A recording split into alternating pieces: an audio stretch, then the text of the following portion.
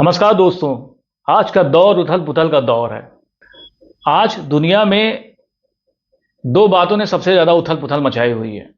एक तरफ तो ट्रम्प साहब की बयानबाजी, चाहे वो टैरिफ नीति को लेकर हो या किसी दो देशों के बीच युद्ध विराम के समझौते को लेकर हो, और दूसरा भारत का नया नया पैंतरा। जब से भारत ने ऑपरेशन सिंदूर को अंजाम दिया है, तब से भारत को लेकर दुनिया की सोच और दुनिया का नजरिया बदल गया है कि अब भारत क्या करने वाला है, भारत कितना शक्तिशाली है, भारत का अगला कदम क्या होने वाला है।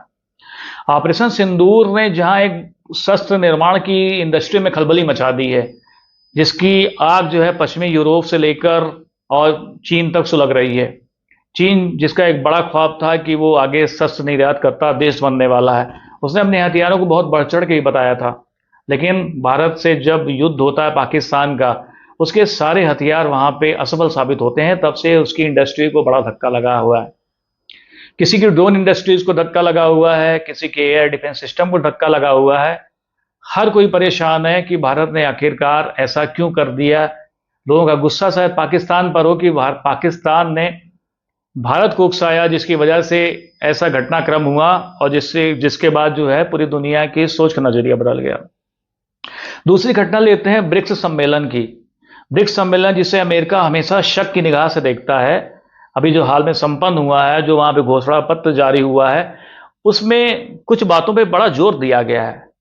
जिसमें सबसे बड़ी बात है कि ट्रम्प साहब की टैरिफ नीति की आलोचना की गई है, और दूसरा जो उसने ईरान के परमाणु ठिकानों पे बमबारी की थी, उसकी भी आलोचना की गई है।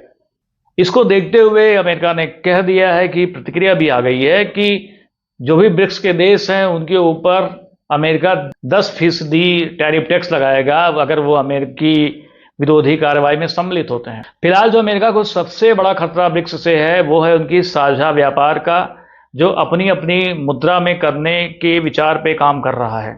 इसका प्रभाव ये होगा कि अमेरिकी डॉलर का प्रभाव धीरे धीरे खत्म हो जाएगा। अमेरिका आज इसलिए शीर्ष पर है, इसलिए शक्तिशाली है, क्योंकि उसका डॉलर दुनिया में सबसे मजबूत मुद्रा मानी जाती है।